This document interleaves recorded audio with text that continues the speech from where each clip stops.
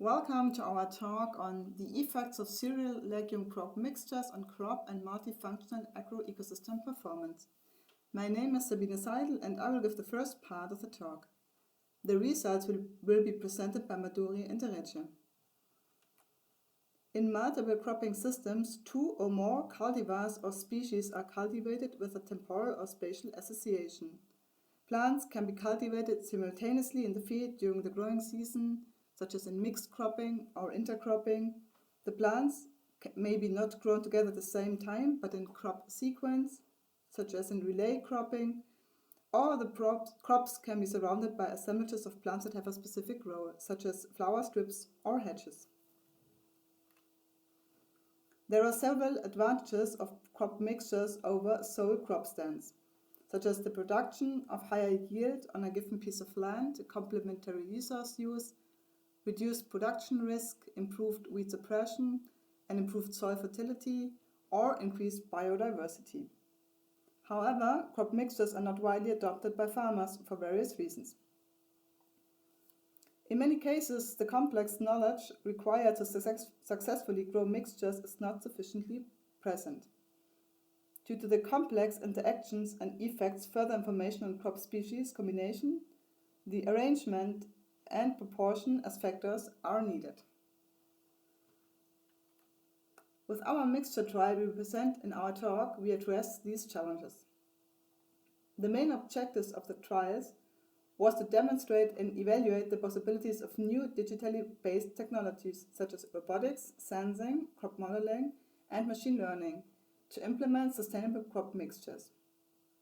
In the cereal legume mixture trial, we cultivated 2 fava bean and 10 spring wheat cultivars in 2 sowing densities, low and high, in a 2-factorial randomized complete block design. The experiment was set up on 2 sites, Campus Altendorf and Wiesengut, in total with 320 plots per site. The 2 partners, spring wheat and bean, were mixed within the rows. In 2020, we collected various field data including the plant height and the biomass over time, wheat and aphid abundance, the leaf stomatal conductance, the intercepted light, soil moisture over soil depth, grain yield and yield components, the crop uptake, as well as digitally imagery. The experiments will be complemented by digital technologies, but the scope of our talk is on the experiment itself. Madhuri will now continue with the results of the shoot data.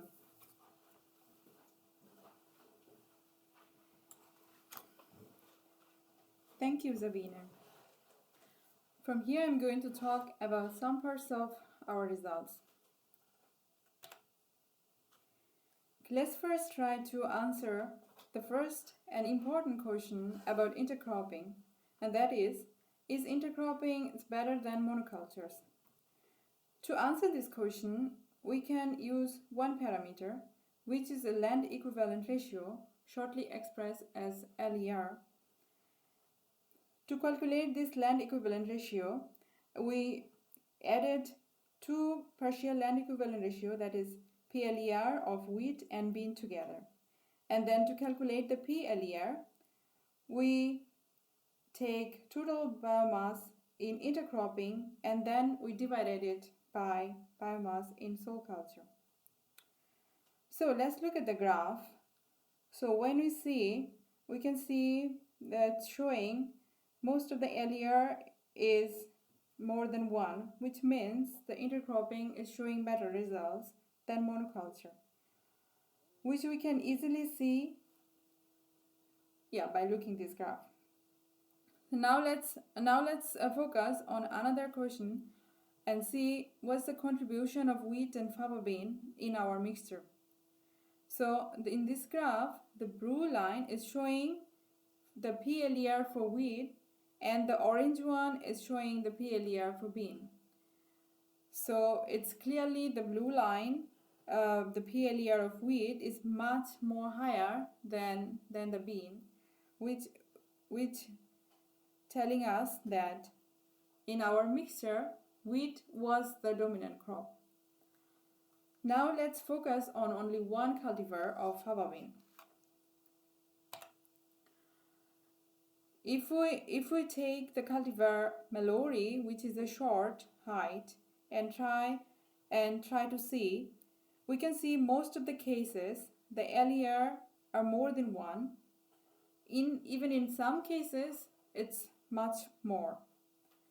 But we cannot see any clear pattern here, considering the densities or the sites or the spring wheat cultivars. Now if we take the another variety, which is fanfare, which is a tall height, and try to find it out if we see any clear pattern here. But it's also like the same before, it's very hard to see any clear pattern, but there are lots of random interactions going on between treatment sites and densities. Okay, now let's forget about others and try only to concentrate on the densities and try to find if we can see here in this graph. By looking this graph, we can see the LER of both densities are higher than 1, but in some cases, especially in case of low densities, it's showing even better result than the high densities. It depends on the wheat variety. But again, it is a very preliminary result, and we have to look many more other parameters to come to the conclusion. Now I pass over to Dereje to continue the rest of the result part and conclusion. Thank you.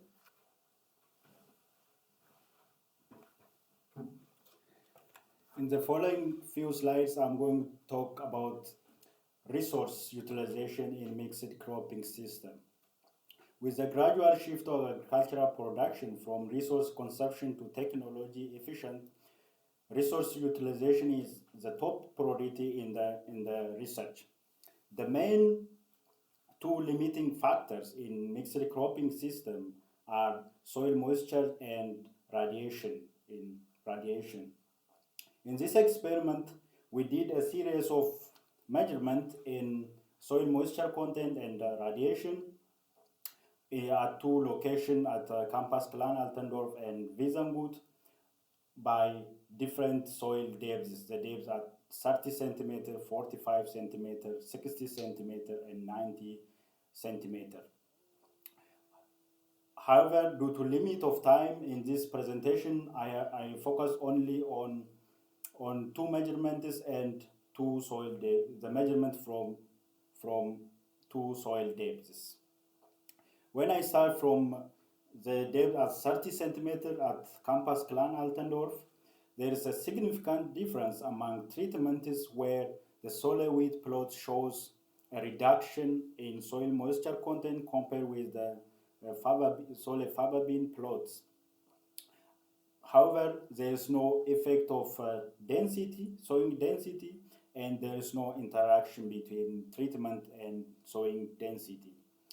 At Wiesengut, at 30 centimeter soil depth, there is no treatment effect, and there is no effect of sowing density, as well as there is no interaction in general. At 45 centimeter soil depths, at the Campus Clan Altendorf, which is in the left side, there is reduction in soil moisture content in solar wheat plot, which is significantly lower compared with the mixed plot and fava bean plot. And here there is an effect of sowing density where low soil moisture content is observed in high density cropping. At Wiesengut, there is no effect of treatments, and there is no effect of sowing density, and as well there is no interaction between the treatments and the sowing density.